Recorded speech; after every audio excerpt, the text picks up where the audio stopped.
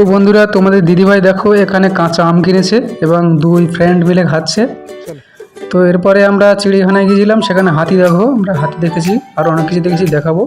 তো তার আগে আমরা এসেছি বানারঘাটা হিল মন্দিরে, ভগবানের দর্শনার্থে আমরা এসেছি, মন্দিরে উঠছি সবাই মিলে, আমরা কয়েকজন ফ্রেন্ড মিলে এসেছিলাম এবং তোমাদের দিদিভাই। তো অবশেষে আমরা রওনা দিলাম বানারঘাটা ন্যাশনাল পার্কের জন্য। তো তার আগে আমরা যাব বানারঘাটা হিল, সেখানে একটা মন্দির আছে, মন্দিরে ভগবানের দর্শনার্থে আমরা যাব। তো তোমরা দেখতে থাকো এবং এনজয় করতে থাকো। দেখো তোমাদের দিদিভাইয়ের কত আনন্দ, কোনো দিন এরকম এরকম জায়গায় ঘুরতে আসিনি, তো সেই জন্য কত আনন্দ। আমি অবশ্য আসিনি কোনো দিন, আমি ওই প্রথম একটা ভালো জায়গায় ঘুরতে এলাম। তো দেখো ওরা দুই ফ্রেন্ড মিলে গল্প করছে রাস্তায়, ফোনের দোকানে কোথায় একটা ঢুকেছে ওই জন্য। তো ফোনের দোকান থেকে ওর ফ্রেন্ডরা বেরিয়ে গেছে, তো আমরা আবার হাঁটতে শুরু করলাম সবাই মিলে। তো আমরা মন্দিরের কাছে এসে গেছি, দেখো ওই সামনে মন্দিরটা দেখা যাচ্ছে, দেখো কত হাসি তোমার দিদি ভাইয়ের। যেতে যেতে রাস্তায় একটা মন্দির পড়েছিল, তো মন্দিরটা একটু দেখে নাও। আসলে এখানকার মন্দিরগুলোকে আমার খুব সুন্দর লাগে। এখানে কর্ণাটকের যতগুলো মন্দির আমি দেখেছি, খুব ভালো ডিজাইন, মানে ডিজাইন এরা খুব ভালো করে, মন্দিরের ডিজাইনে অতুলনীয় কর্ণাটকের মন্দিরগুলো। তো অবশেষে বানারঘাটা হিলের ওই মন্দিরটা আমরা এসে গেলাম, এখানে আমরা ভগবানের দর্শন করব। সামনে দেখো দুটো বড় বড় হাতির স্ট্যাচু আছে, তো মন্দিরটা আমি পুরোপুরি দেখাবো, দেখো কত সুন্দর ডিজাইন। তো অবশেষে আমরা পাহাড়ের উপরে উঠবো সিঁড়ি বেয়ে মন্দিরের, আর একটা মন্দিরের ভগবানের দর্শনার্থে শুনেছি এখানে যা মানত করা হয় সব নাকি মনের ইচ্ছা এখানে পূরণ হয়। এই মন্দিরে সবাই এই মন্দিরে যায় এবং তাদের মনের ইচ্ছা পূরণের জন্য মানত করে। তো মন্দিরে আমরা উঠবো। তার আগে তোমাদের দিদিভাই একটু ফলের দোকানে দাঁড়িয়েছে, দেখো কাঁচা আম কিনেছে, দুই ফ্রেন্ড মিলে খাচ্ছে। তো আমার গালে জল চলে আসছে, আর একটা ফ্রেন্ড খাচ্ছে, আমার গালে জল চলে এলো। আমি অবশ্য খেয়েছি একটা। তো তোমরাও যদি এখানে ঘুরতে আসো তোমরা খেতে পারবে। তো আশা করি এখানে তোমরা একবার ঘুরতে আসবে, খুব সুন্দর জায়গা, খুব সুন্দর মন্দির। তো সিঁড়ির ধাপ অনেকগুলো, আমি গুনিনি, উঠতে খুব কষ্ট হচ্ছে, যদিও কোনোদিন এরকম পাহাড়ের উপরে উঠিনি সিঁড়ির ধাপ বেয়ে। তো মনে খুব ইচ্ছা ছিল, তাই এখানে এলাম, ভগবান আমাদেরকে সেই টেনে এনেছে। ভগবানের ইচ্ছে না থাকলে তো আসা যায় না তার মন্দিরে। সে সব ভক্তরাই তার দর্শনার্থে আসার জন্য ভগবানের সম্পূর্ণ ইচ্ছের প্রয়োজন, ভগবানের ইচ্ছে না হলে কোনো ভক্তই তার মন্দিরে তার দর্শনার্থে যেতে পারবে না কোনো দিন। তো ভগবানের ইচ্ছেতেই আমরা চলে এলাম এখানে। অনেকগুলো সিঁড়ির ধাপ দিয়ে আমরা অবশেষে পাহাড়ের উপরে প্রায় উঠে এসেছি।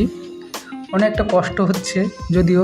ওই দেখো আর একটা ফ্রেন্ড তোমার দিদিভাইয়ের দূর দূর করে উঠে চলে গেছে, আর একটা দেখো লাস্টে চলে যাবে, ও যদিও একটু মোটা।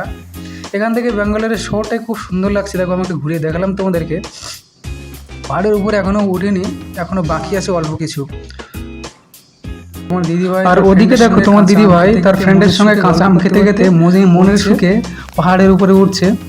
যদিও এখানে অত্যাধিক গরম, মানে পাহাড়ের উপরে তো হাওয়া আছে, কিন্তু এখানে কি বলতো, যে পাহাড়ের উপরে যে পাথরগুলো খুব গরম, যদি খালি পায়ে কেউ ওঠে তার পায়ের ছাল একদম উঠে যাবে, মানে ঠোসা কেটে যাবে পায়ে, এরকম পাহাড়ের উপরে এরকম গরম থাকে। তো তোমরা কেউ খালি পায়ে উঠবে না এখানে ঘুরতে এলে মন্দিরে, জুতো পরে অবশ্যই উঠতে হবে, কারণ জুতো পরে না উঠলে এখানে যা মানে মেঝেগুলো যা গরম, পাহাড়ের পাথরগুলো যা গরম, পায়ে ঠোসা উঠবে।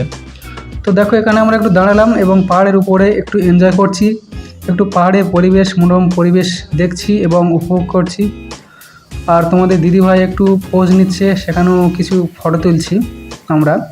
তো এখানে আমাদের অনেক ফটো তুলেছি, সেগুলোও শেয়ার করবো তোমাদেরকে। তোমরা আশা করি ব্লগে থাকো এবং আমার চ্যানেলের সঙ্গে জুড়ে থাকো, তাহলে সব কিছু দেখতে পাবে। তো অবশেষে আমরা মন্দিরের দিকে রওনা দিলাম। ওই যে মন্দিরটা, পাহাড়ের উপর যে মন্দিরটা বলেছিলাম না, সে মন্দিরটা ওই দেখা যাচ্ছে।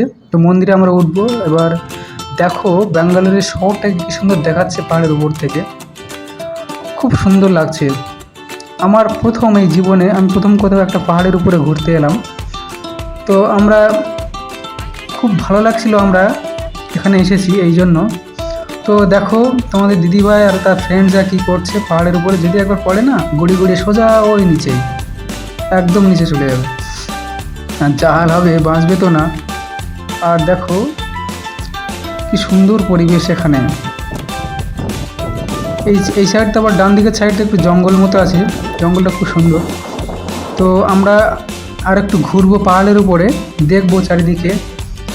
আমি আরেকটু উপভোগ করতে যাই, কারণ আর কবে কি আসতে পারবো ঠিক নেই। তো সুযোগের অবহেলা করলে হবে না। তো আমরা এখানে পাহাড়ের উপরে একটা দিদিভাইয়ের মানে ম্যারেজ অ্যানিভার্সারির একটা পালন হচ্ছে এখানে, ওরা দুজন মিলে করছে গোপনভাবে, তার পরিবার মেনে নেয়নি।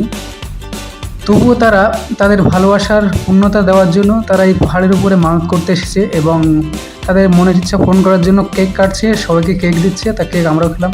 তো অবশেষে আমরা মন্দির দর্শনের পরে আমরা বানারঘাটা পার্কে চলে এলাম, যে ন্যাশনাল যে পার্ক, সে পার্কে আমরা চলে এলাম।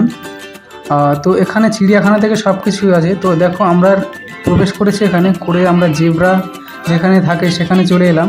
দেখো জেব্রাগুলো কয়েকটা জেব্রা আছে, ওইদিকে মুখ করে দাঁড়িয়ে আছে দেখো। তো আমি একটু জুম করে দেখানোর চেষ্টা করলাম। এই হচ্ছে চিড়িয়াখানার হাল বানারঘাটা ন্যাশনাল পার্কের। তো আমরা জঙ্গল সাফারিতে যাইনি, যদিও অনেক টাকা নেয়, 4-5 হাজার টাকা নিয়ে নেয় এক একজন জন প্রতি। তো আমরা চিড়িয়াখানাটা শুধু দেখেছি। তো এরপরে আমরা যাবো জিরাফ, এখানে একটাই জিরাফ আছে, আর কোনো জিরাফ নেই। তো জঙ্গল সাফারিতে গেলে হয়তো তোমরা দেখতে হবে, কিন্তু চিড়িয়াখানার মধ্যে একটাই আছে জিরাফ। তো আমরা এরপরে যাব কিছু হরিণ, ওই সাইডে আছে, এখানে তো দুটো হরিণ দেখা যাচ্ছে। তো ভিতরের দিকে আরও অনেক হরিণ আছে, সেগুলো দেখাবো, যাবো আস্তে আস্তে। তো আমরা আস্তে আস্তে ধীরে ধীরে ভিতরের দিকে চলে যাচ্ছি। দেখো আমরা প্রথমে যাব বাঘের কাছে, রয়্যাল বেঙ্গল টাইগার। তো রয়্যাল বেঙ্গল টাইগার যারা দেখতে চাও, যারা ব্যাঙ্গালোরে এখন আপাতত আছো, এখানে সুন্দরবনে যেতে হবে না, এই বানারঘাটা ন্যাশনাল পার্কে আসলেই রয়্যাল বেঙ্গল টাইগার তোমরা দেখতে পাবে। অনেক কটা বাঘ এখানে আছে, তোমরা দেখতে পাবে আসলে এখানে। তো এরপরে আমরা চলে যাব উট পাখি, মানে অস্ট্রিচ, যেটা আমি কোনোদিন দেখিনি নিজের চোখে। তো এই প্রথম দেখছি উট পাখিকে। এখানে কয়েকটা উট পাখি আছে, গ্রে কালার আছে, মানে কালো কালারেরও আছে। তো এখানে আসলে তোমরা দেখতে পাবে। এরপরে আমরা যাব শিয়াল দেখতে। দেখো এখানে শিয়াল যদি দিনের বেলা দেখা যায় না, তো দেখতেই পেলাম না। তো আমরা বোটিংয়ে চলে এলাম, যেখানে এখানে এই দেখো এখানে একটা পুকুর আছে এই পার্কের মধ্যে, এখানে বোটিং হয়। তো এরপরে চলে এলাম হরিণ দেখতে। তো এই চিড়িয়াখানার মধ্যে অনেক প্রজাতির হরিণ দেখা যায়। তো এটা এক প্রজাতির হরিণ, অবশ্য ভাগ ভাগ করে রাখা আছে, মানে তারের জাল বেড়া দিয়ে পাট লোকেশান দিয়ে ভাগ ভাগ করে রাখা আছে। এটা এক ধরনের হরিণ। তো এটা কোন প্রজাতির আমার জানা নেই, তোমাদের যদি জানা থাকে তাহলে কমেন্ট অবশ্যই জানিও যে এটা কোন প্রজাতির হরিণ। তোমরা অবশ্যই জানিও, কিন্তু আমার জানা নেই বলে তোমাদের কাছে জানতে চাইছি। তো এরপরে আর এক প্রজাতির হরিণের কাছে আমরা যাব। দেখো যারা কাছ থেকে কোনোদিন হরিণ দেখোনি তারা দেখে নাও। এবার আমরা যাব একটু জলহস্তির দিকে। তো জলহস্তি দেখে আবার আর এক প্রজাতির হরিণের দিকে চলে এলাম। এখানে আর এক প্রজাতির হরিণ থাকে, এটা কি প্রজাতির আমি জানি না, কোনো প্রজাতির হরিণের নামই আমি জানি না। তোমাদের জানা থাকলে তোমরা আমাকে জানিও অবশ্য। তো এরপরে জলহস্তি ভালো করে দেখা হয়নি, তো জলহস্তি আমি একটু ভালো করে দেখবো, সেই জন্য এলাম।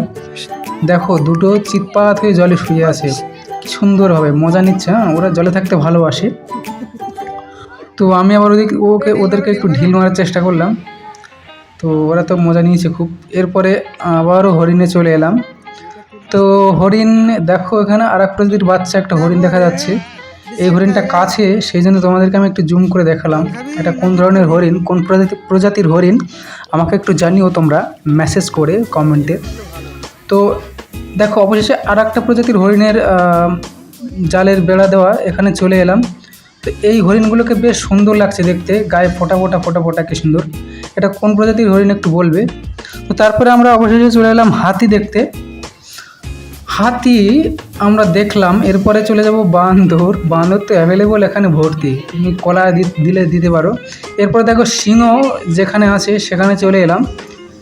একটাই সিংহ আমরা দেখতে পেয়েছি এখানে।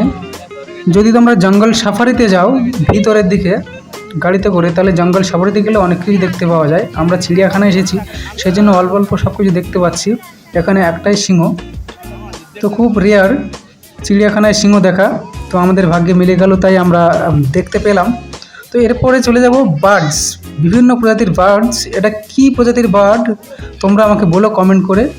দেখো বিভিন্ন প্রজাতির বার্ডস এখানে আছে, পাখি এখানে আছে, আমি জানি না, তোমরা একটু কমেন্ট করে জানিও এটা কোন প্রজাতির বার্ডস। তো দেখো এটাও এক ধরনের পাখি। তারপরে চলে এলাম যেটা বলা হয় চন্দ্রবড়া সাপ। এখানে সাপ, বিভিন্ন প্রজাতির সাপও দেখতে পাওয়া যায়। তো এরপরে আমরা চলে এলাম কচ্ছপ দেখতে।